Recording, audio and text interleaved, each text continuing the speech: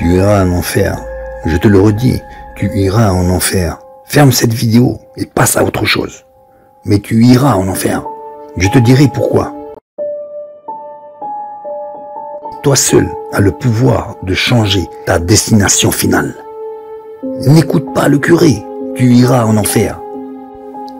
Et quand tu y seras, tu penseras à cette occasion que tu aurais pu prendre pour éviter que tu ne sois dans ce lieu maudit éternellement.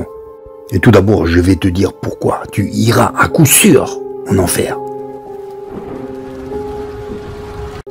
Parce que toi-même, tu sais, tu connais ce qui est mal et que toi-même, tu refuses de le stopper et tu te complais à pratiquer ton adultère, ton mensonge et tes vols. Tu aimes et tu pratiques chaque jour les paroles mensongères alors que Dieu te demande de parler avec la vérité de ton cœur. Tes yeux sont souillés par ce genre de film que tu ne devrais pas voir et qui affecte donc ton cœur, ton esprit et ton âme. Ainsi s'agit en toi toutes sortes de pensées impures parce que tes yeux sont la porte d'entrée de ton esprit. Tu iras en enfer comme ces millions d'hommes qui pensaient avoir le temps et donc de le maîtriser, alors qu'ils ne sont pas même maîtres et possesseurs de leur propre souffle de vie. Tu ne verras rien venir. Énormément de gens se sont fait piéger par le facteur temps.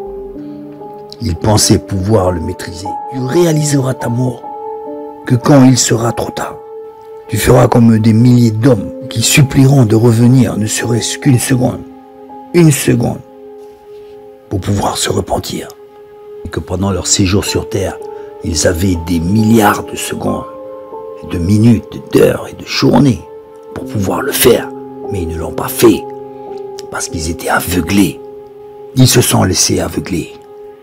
La minute avant leur mort, ils chantaient, riaient, ne se souciant de rien, et aussi continuaient leur vie d'insoumis.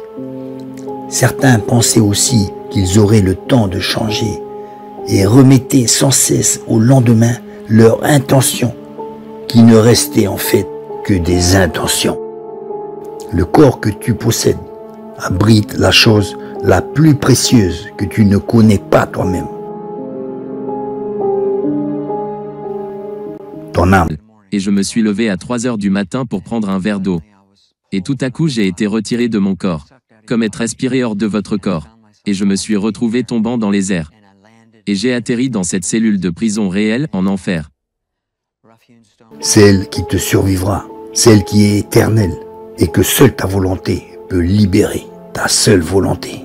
Seule ta volonté pourra purifier ton esprit de ses iniquités. Seule ta confession et ta repentance sauvera ton âme de sa destinée fatale et de sa destruction éternelle. Il y a 3 choses que tu entendras en enfer. Voici la première. Ça y est, on l'a eu. Tu ne le sais pas évidemment. Mais beaucoup de mauvais personnages t'attendent au trépas pour pouvoir te cerner et tu ne pourras t'en défaire. Ces entités maléfiques dont tu sembles ignorer l'existence savent très bien que tu vis actuellement sans Dieu et donc que tu n'auras aucune protection pour ton prochain futur. Le fait de n'avoir pas tué ou braqué une banque te laisse penser que Dieu sera clément à ton égard. Et c'est ce genre de conception erronée qui est un poison extrêmement aveuglant. Même des gens d'église s'y sont fait prendre. Ils étaient devenus trop indulgents envers eux-mêmes. Et le laxisme s'est immiscé dans leur comportement. Ils auraient dû savoir que rien d'impur ne saurait rentrer dans le royaume des cieux. La deuxième chose que tu entendras en enfer, tu le savais. C'est ce que tu entendras en enfer. Tu le savais. Car au fond de toi se trouve une petite voix que tu voudrais étouffer.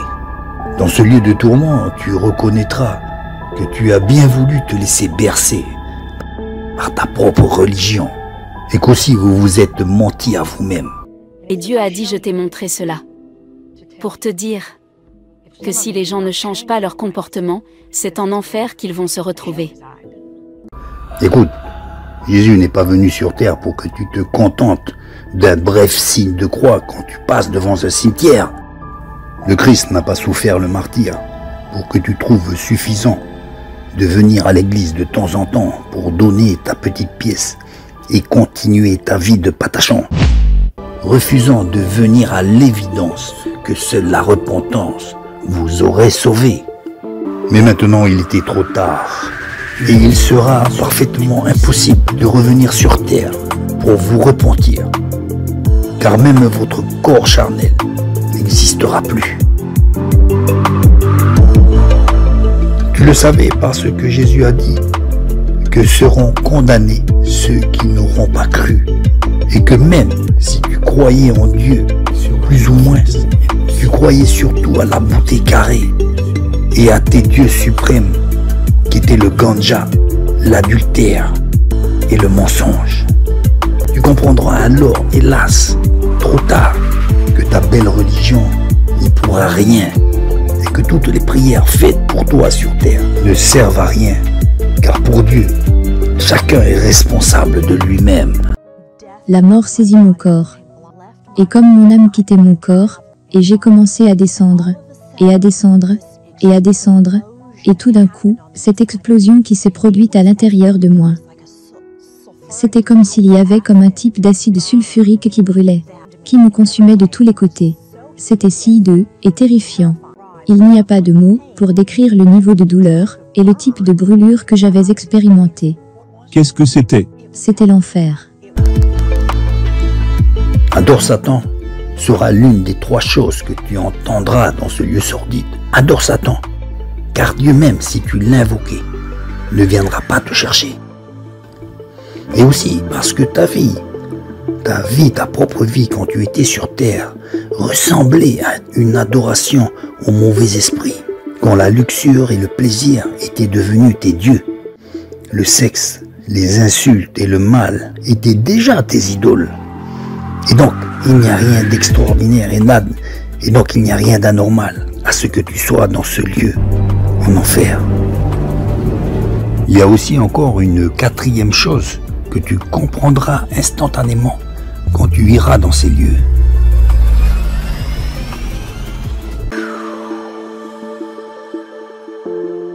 C'est que ce n'est pas Dieu qui t'y a envoyé, mais que ce sont tes propres péchés dont tu n'as pas voulu te débarrasser, du temps où tu étais encore sur la terre, pendant qu'il en était encore temps, avec des millions d'heures, de jours et de secondes, et tant d'occasions manquées où tu pouvais encore te purifier. Je suis retrouvé dans le coma, j'ai été 36 heures dans ce coma, et dans ce coma c'est affreux, je me suis retrouvé dans l'enfer. J'étais accroché par des démons, c'est affreux. Dans cet enfer, j'étais attaqué par des personnes, mais des personnes humaines, mais le visage était affreux. Les mains étaient affreuses, qui s'avançaient sur moi, qui me harcelaient. C'est affreux de voir des choses comme ça. Je ne souhaite pas à personne de voir des choses comme ça. J'espère vraiment que cette vidéo ne te concerne pas et que tu es de ceux qui ont trouvé le pardon de Dieu. Si tel n'était pas le cas, je t'enjoins à venir au pied du Sauveur pour déposer tes fardeaux et trouver la paix. Te soustraire à ce funeste destin, ce chemin de perdition, ce large et spacieux chemin dont nous parlent les Écritures, ce chemin de facilité où tant de gens se perdent. Et donc c'est sûr, je te le dis sincèrement, si tu ne changes pas, à coup sûr, oui, tu iras en enfer. Lorsque je me suis réveillé du coma, je me suis retrouvé dans un hôpital. Et dans cet hôpital, il y avait une Bible. Et cette Bible, je l'ai ouverte, sans savoir pour qui et pourquoi. Je n'ai pas porté attention le jour même, mais le lendemain, j'ai ouvert encore cette Bible. J'ai retourné trouver cette Bible. Et là, j'ai trouvé que vraiment, il y avait un Dieu pour nous. Les crapules, que ce Dieu était bon.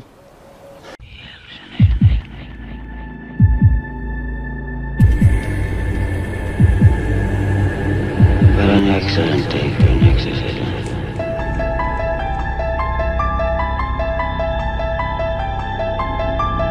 like that? But wouldn't that drive you out of Reagan?